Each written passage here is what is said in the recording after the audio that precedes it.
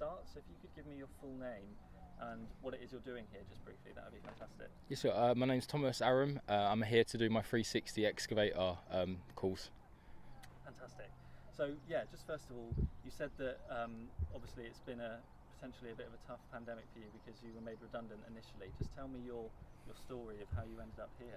Yeah, I was working for a logistics company pre-COVID, and then the pandemic started, and then I was made redundant because the company was just downsizing due to the pandemic, due to funding issues and payment issues.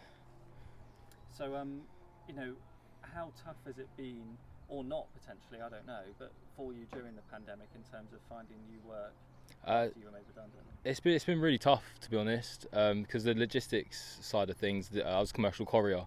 It got flooded by people from all sorts of different sectors, so I wasn't able to actually get another job in the logistics industry. And what have you heard from friends and potentially family as well in terms of other people who may or may not be struggling as well? You know, what's on the grapevine sort of thing? A lot of people have been struggling, to be honest, during this pandemic. I mean, it's now things are starting to open back up. People are starting to get back into their job roles, but it has been difficult. So talk to me about why you've come to do this course and what difference it could potentially make for you. It will make a huge difference. I mean, I've always wanted to get into construction. I just never really knew how. So when something like this came up with my advisor from Universal Credits, I jumped at it, you know, and he explained everything on what would be happening and how I would be getting my CSCS card, and then now I'm doing my CPCS card to train on the excavator.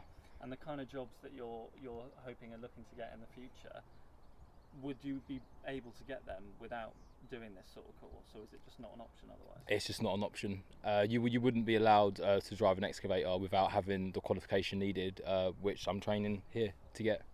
So do you think there's probably lots of people like you that are taking up these kinds of courses off the back of the pandemic to try and get into something new? I can imagine there's quite a few. Yeah, I can imagine. It's quite busy. I mean, here at Somax, they're fully booked for the foreseen future. So it's a good industry, and I think a lot of people are trying to get their foot into it.